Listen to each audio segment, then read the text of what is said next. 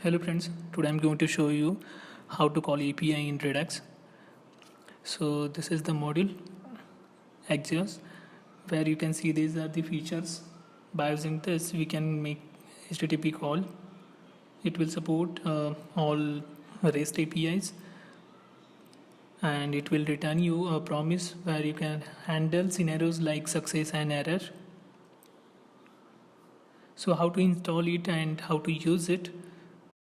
You can use CDN, you can use NPM, you can use Bohr, and these are the sample API consumption code. So you can see it will return you a promise, then you can handle scenarios like success and error. So let's see in action.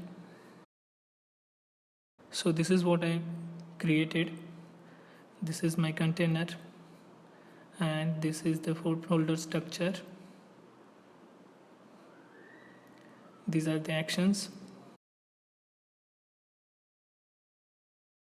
and here I have used a common public API where I can get all to-dos, and this is what action method. So it will get all the details of to-dos. So if you see here, I have dispatched action of requesting API data.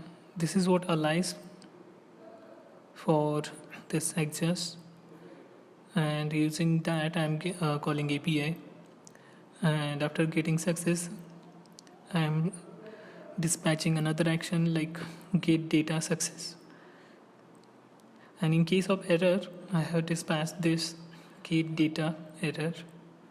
So what will happen, like when I hit API call, then it will dispatch me a request, and after getting success after some time it will dispatch this, and if in case of error or timeout it will come here and it will dispatch this action.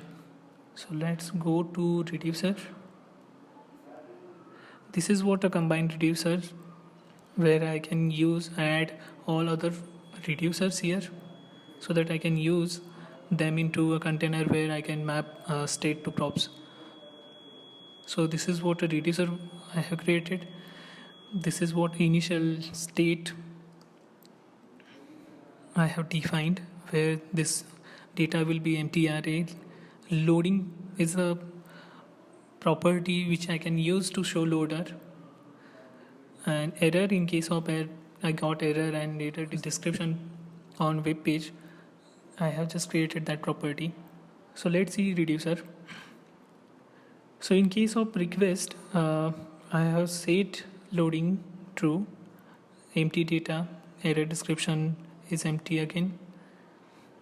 In case of success, I have just added action.payload loading false, as we got the data, no error description. In case of error, I have reset data to empty and then loading false and error description. And in case of default, it will return initial state. So let's go into container. Work here, I just created component style rendering into this props error. So before that we have to check map state to props. It return me this properties into props, and this connect will map my state to props to this component container. This is how connect work, and you can see this data error loading properties I have used here that I am getting in props. If the error occurred, so I can show that error message here. If there is no error, then I go ahead and show this UL list, and depending on loading true or false, I am showing this loading text, and if we get success, then loading will be false. You can see the list rendering on page. So if I go to page and this reload it.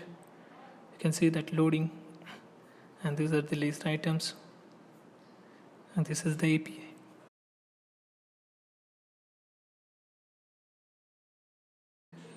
By using this module, you can call it all API. Thank you for watching.